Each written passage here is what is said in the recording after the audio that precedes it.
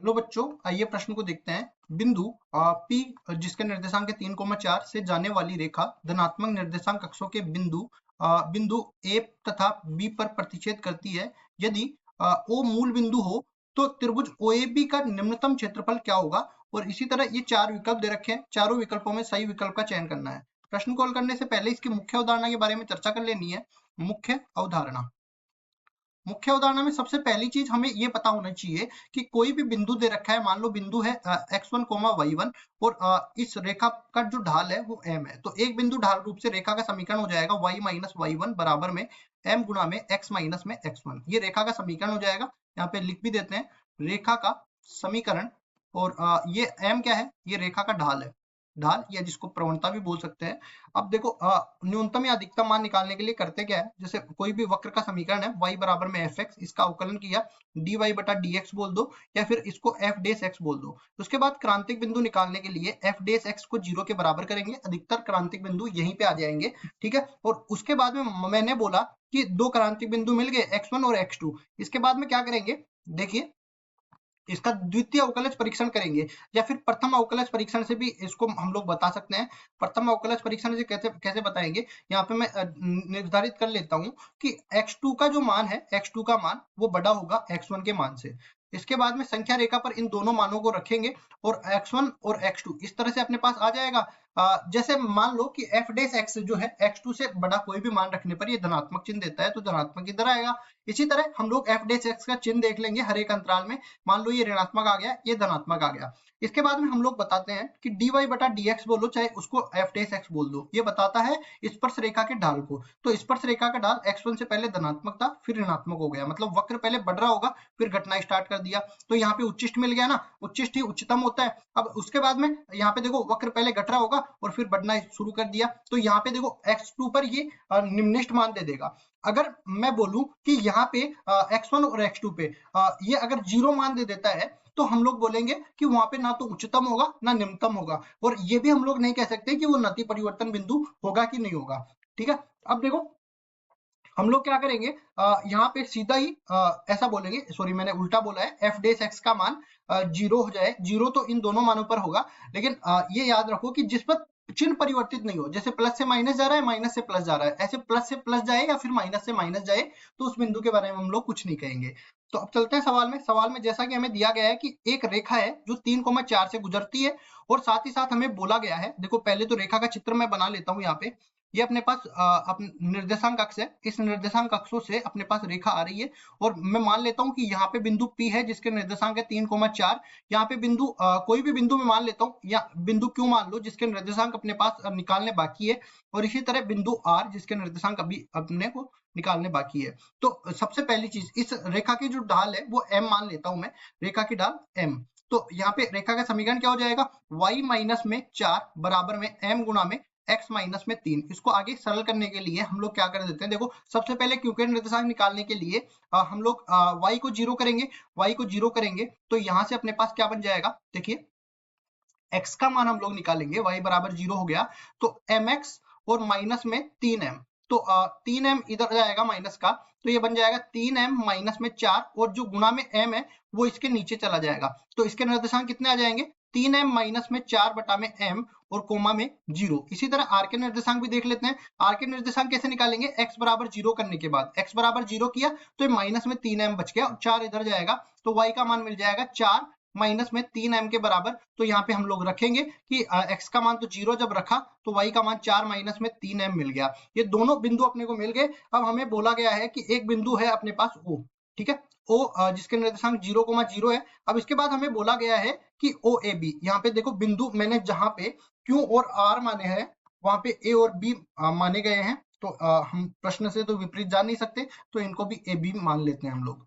अब OAB एक त्रिभुज बन गया, इसका क्षेत्रफल कैसे निकालेंगे हम लोग, इसका आधार और ऊंचाई देख सकते हैं। आधार तो इसकी कितनी होगी, आधार इसका हो गया OA और ऊंचाई कितनी होगी OB। तो हम लोग बोल सकते हैं कि त्रिभुज OAB का क्षेत्रफल, त्रिभुज OAB का क्षेत्रफल ये किसके बराबर आ जाएगा, 1/2 गुणा में आधार OA और ऊंचाई OB के बराबर ये आ जाएगा। जिसको हम लोग देखो इस पूरे को हम लोग S से निरूपित कर देते हैं। ये किसके बराबर आ जाएगा, देखिए 1/2 वो a किसके बराबर है 3m माइनस में 4 बटा में m के बराबर और गुणा में यहाँ पे कितना आ जाएगा 4 माइनस में 3m। ठीक है, इस पूरे में से अपने पास माइनस उबेनिष्ट आ जाए तो ये बन जाएगा माइनस में 1/2m और ये अपने पास 3m माइनस में 4 इस पूरे का वर्ग बन जाएगा। अब देखो क्षेत्रफल को न्यूनतम बनाना है, यहाँ पे देखा दिया गया है ना क्षेत्रफल न्यूनतम हो, तो कितना क्षेत्रफल न्यूनतम होगा, तो इसके लिए हम लोग क्या करेंगे, इसका उच्चिष्ट या निम्निष्ट के लिए इसका हम लोग करेंगे अवकलन। तो ds का m के सापेक्ष अवकलन कर देंगे तो अपने पास क्या बन जाएगा, देखिए माइनस को बाहर रहने देते हैं और अब देखिए ये 2m को ऊपर लेके जाएंगे और यहाँ पे अवकलन कर देंगे किसका 3m माइनस 4 का इस पूरे का वर्ग का, तो 2 गुणा में 3m माइनस में 4, अब 3m माइनस 4 का भी तो करना पड़ेगा तो 3 हो गया, फिर माइनस के साथ में अपने पास क्या बनेगा, ये देखो 3m माइनस में 4 इस पूरे का वर्ग इसी तरह रहेगा लेकिन 2m का होगा ना तो 2 के बराबर हो जाएगा और नीचे अपने पास हर का वर्ग हो जाएगा ना, तो हर का वर्ग 2m का वर्ग जिसको मैं कह सकता हूँ 4m का वर्ग। ठीक है, इसको आगे और सरल कर लेते हैं, तो इन दोनों में से 3m माइनस 4 उभयनिष्ठ आ जाएगा तो ds बटा में dm माइनस पहले से है 3m माइनस 4 दोनों में से उभयनिष्ठ ले लिया। अब देखो इधर तो अपने पास क्या बचा, इधर तो अपने पास बच गया 3 दूनी 6 6 दूनी 12 तो 12m शेष रह गया और इधर देखो अपने पास 2 तो पहले से और 3m माइनस 4 से गुणा होगा तो माइनस में 6m और प्लस में 8 बन जाएगा ये। ठीक है, और नीचे कितना है 4m का वर्ग ये शेष है, तो ds बटा में dm ये किसके बराबर आ जाएगा माइनस में 3m माइनस 4 और बटा में 4m का वर्ग और इसके बाद में इधर क्या बचा 12 माइनस में 6 कितना बच जाएगा, ये अपने पास 6 बच जाएगा तो 6m प्लस में 8 बच जाएगा। अब इन दोनों में से देखो कितना 2 उपनिष्ठ आएगा, 2 नीचे वाले 4 से कट जाएगा तो ds बटा में dm किसके बराबर आ जाएगा माइनस में 3m माइनस 4 और गुणा में 3m प्लस 4 और नीचे कितना आ जाएगा, नीचे अपने पास आ जाएगा 2m की घात 2 के बराबर।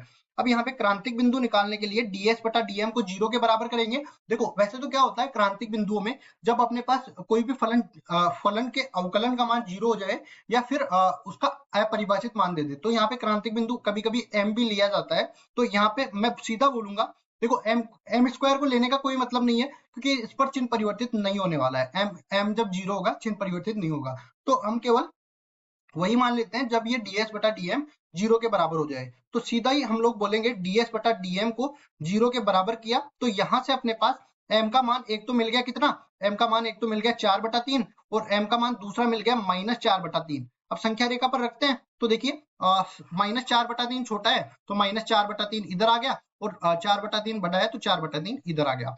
अब 4/3 से कोई भी बड़ा मान रखेंगे ना तो अपने पास ये धनात्मक बनेगा, ये धनात्मक बनेगा, ये धनात्मक बनेगा, लेकिन पूरा माइनस में साथ लगा हुआ है तो ये इसको ऋणात्मक बना देगा। इसी तरह हम लोग चलते रहेंगे तो माइनस प्लस माइनस आता रहेगा। ठीक है, जिसकी घात सम नहीं है ना वो चिन्ह परिवर्तित करेगा ही करेगा। यहाँ पे देखो घात 2 थी मतलब घात सम थी तो ये चिन्ह परिवर्तित नहीं करता। हम देख भी सकते हैं यहाँ पे 0 बीच में आएगा तो यहाँ पे देखो सीधा ही मैंने बोला है माइनस 4/3 से 4/3 के बीच में कोई भी मान रखूंगा ना तो वो धनात्मक देगा, 0 चाहे कहीं पे भी डाल दो।